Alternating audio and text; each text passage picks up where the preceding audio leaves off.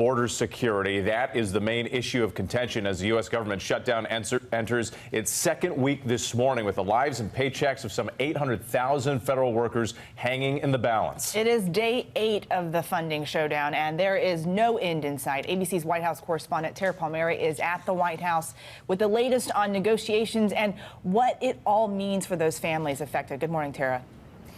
Good morning, Eva. President Trump is staying here in Washington instead of spending New Year's at his Palm Beach resort. But the negotiations have broken down. Neither side is even talking to each other at this point, and the president's chief of staff says they're in it for the long haul. It's day 8 of the government shutdown, and neither side is willing to budge. Negotiations to reopen the government at a standstill with no end in sight before the new year. Discussions have broken down. We do expect this to go on for a while. The deadlock over the president's demand for a border wall.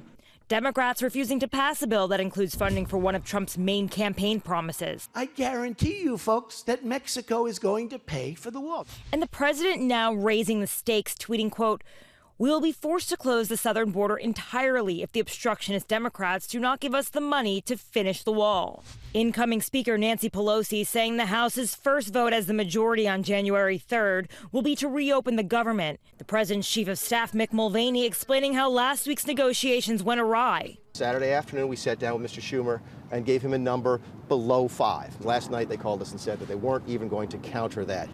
But economic analysts say that closing off the border could result in billions of dollars in damage to the U.S. economy, depending on the duration. The political showdown pinching 800,000 federal workers over the holidays, some working without pay and others furloughed. Several national parks are not being staffed, and Smithsonian museums will close their doors on January 2nd. The Coast Guard's 42,000 members receiving word Friday they will receive their final paychecks of the year on Monday. Homeland Security Secretary Kirstjen Nielsen is currently in El Paso, Texas. Last night, she visited detention centers in the border cities. 2 children have died in U.S. custody this month.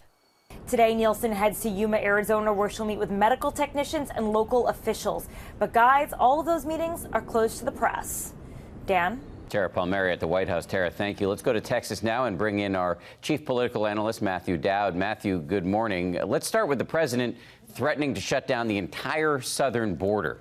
Do you see that as a real threat or a negotiating tactic or maybe a message to his base? What do you think's going on with that? Well, I don't think it's a real threat. First of all, many treaties.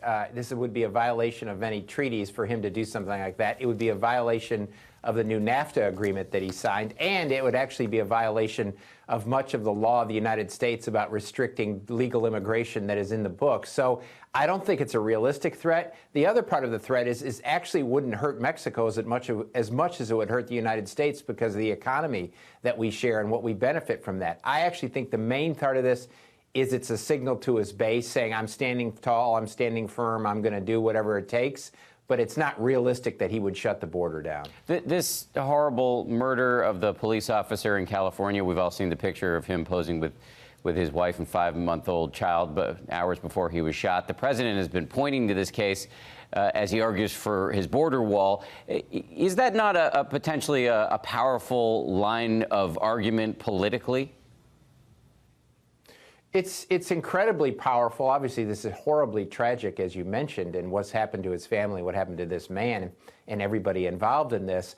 I don't think, though, appealing to people's fears in these ways, in these anecdotal ways, has actually benefited Donald Trump. He tried this in the midterm elections with various points in time, running on the wall, doing all that, and he lost the midterms badly. And so in the short term, I think it's incredibly emotional, incredibly tragic, and it's incredibly powerful.